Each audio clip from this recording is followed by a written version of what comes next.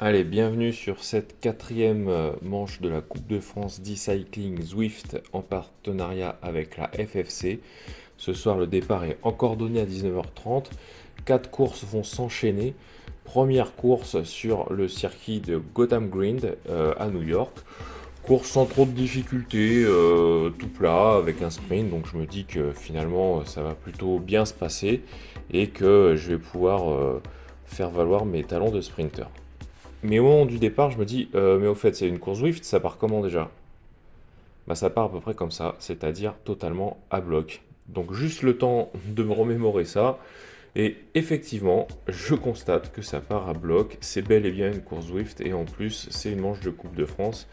Donc ça va pas rigoler dès le départ. Alors effectivement, le temps de remettre un peu de watts, je me cale dans les roues. Allez Steph, ça va bien se passer. On est bien, on est au chaud. Il y a juste à attendre l'arrivée. Moins de 9 km, ça va plutôt être une bonne session. Juste avant d'arriver sur la dernière ligne droite, il y a un petit coup de cul. Et je me dis que sur un malentendu, là, si je m'extrais un petit peu du peloton, des fois que derrière ça veuille pas trop faire l'effort et que je puisse garder 10-15 mètres d'avance, bah ça serait une victoire facile, ou en tout cas sans trop d'implication dans un sprint. Donc j'insiste un peu et puis bah, je me dis que finalement je vais pouvoir aller comme ça jusqu'à l'arrivée. Bon, finalement, ça s'est pas passé comme prévu, c'était trop beau. Les gars sont rentrés sur moi, j'ai juste eu le temps de me remettre dans les roues, de me refaire un peu la cerise pour préparer mon sprint. Et je déclenche le sprint un petit peu plus tôt que prévu. J'avais prévu de le déclencher aux 150 mètres, je le déclenche à 200 mètres parce que je vois que ça s'affole un peu. C'est un bon choix, je donne un peu tout ce que je peux, je suis à 110-115 tours minute dans le sprint, je peux pas faire beaucoup mieux. Allez, je suis content de moi pour cette première manche là, ou cette première mini course. Je fais 9, je suis dans les points, ça va basculer sur le deuxième circuit qui est beaucoup moins à mon avantage avec 3 grosses ascensions en Écosse, sur le circuit d'Écosse. Bon, alors là encore, hein, je sais ce qui va se passer, ça va décoller à bloc, il va pas falloir traîner derrière, donc tout de suite je mets un peu de watts pour rester dans les roues, et puis je suis l'allure. Je suis pas trop confiant quand même parce que je sais très bien ce qui m'attend avec ces 3 ascensions là, j'ai pas un profil de grimpeur, donc je me dis que je risque de passer par la fenêtre assez rapidement, mais bon, je reste calé dans les roues et je me dis qu'on verra bien ce qui se passe dans la première ascension. Alors, la première ascension, nous y voici. On arrive, j'ai plutôt de bonnes sensations. Je suis toujours un petit peu inquiet quand même sur ce qui va se passer, mais je reste concentré sur mon effort. Les premières rampes sont plutôt placées sous un signe positif. Je suis dans les roues, je suis pas trop mal. Allez, c'est bien, on continue comme ça. Bon, finalement, non, hein, ça s'est pas passé très longtemps sur ce schéma-là. J'ai vite vu que j'étais dans le rouge, que je pouvais pas suivre.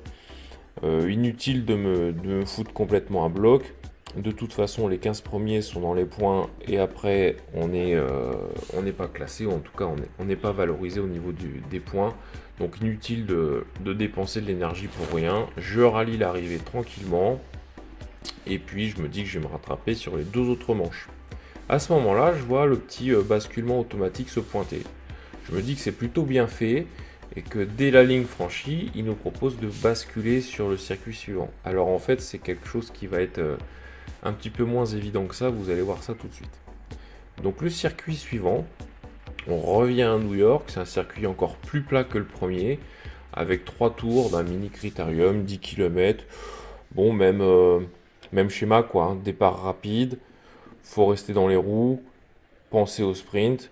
Là, je vais pas tenter quoi que ce soit à l'avance, hein. J'ai vu ce que ça avait donné sur la première manche. Et puis, pour tout avouer, je suis bien émoussé déjà. Donc, je vais garder le peu de cartouches qui me reste pour l'arrivée. Alors, le départ s'effectue encore plus rapidement que prévu.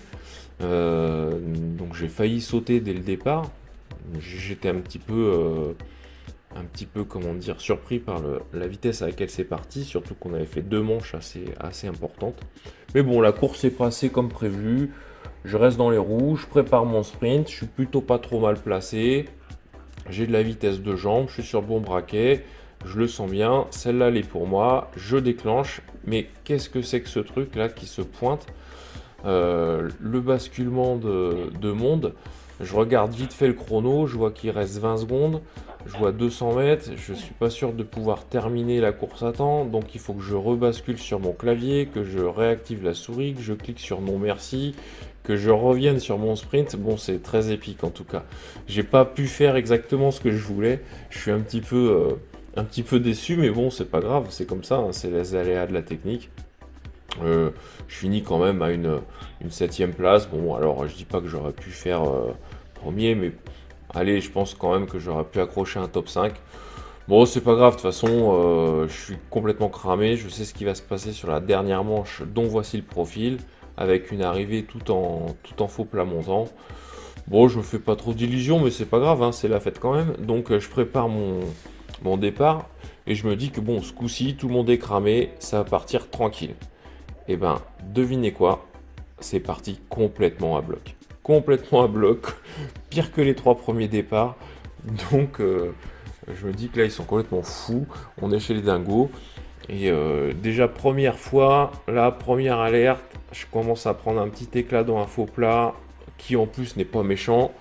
Je me dis là, Steph, c'est mal barré pour la fin de la course. Bon, je réintègre les roues. Deuxième alerte, deuxième faux plat, je reprends un éclat, je fais un effort au-delà de mes capacités, non j'exagère, mais un effort vraiment intense pour réintégrer les roues, je réintègre les roues. Troisième éclat, troisième faux plat, je fais ah bah non, je fais pas d'effort parce qu'en fait j'ai plus de jus, panne d'essence, panne de jambes, je suis à bloc, le cœur ne veut plus monter, j'ai les jambes complètement cramées. Bon, c'est pas grave, de toute façon, même si j'avais pu accrocher les roues, il restait encore 20 mecs dans le paquet.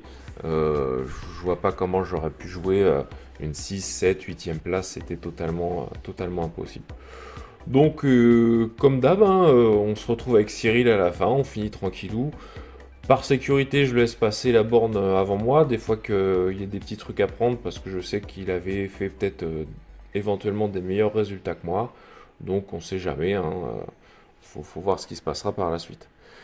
Moi je suis complètement cramé, je suis défoncé, mais heureux finalement de m'être amusé autant sur cette manche. Merci à Eric Malbray d'avoir organisé tout ça. Et puis rendez-vous pour la prochaine manche qui va être, n'en doutons pas, encore épique. Allez, à très bientôt!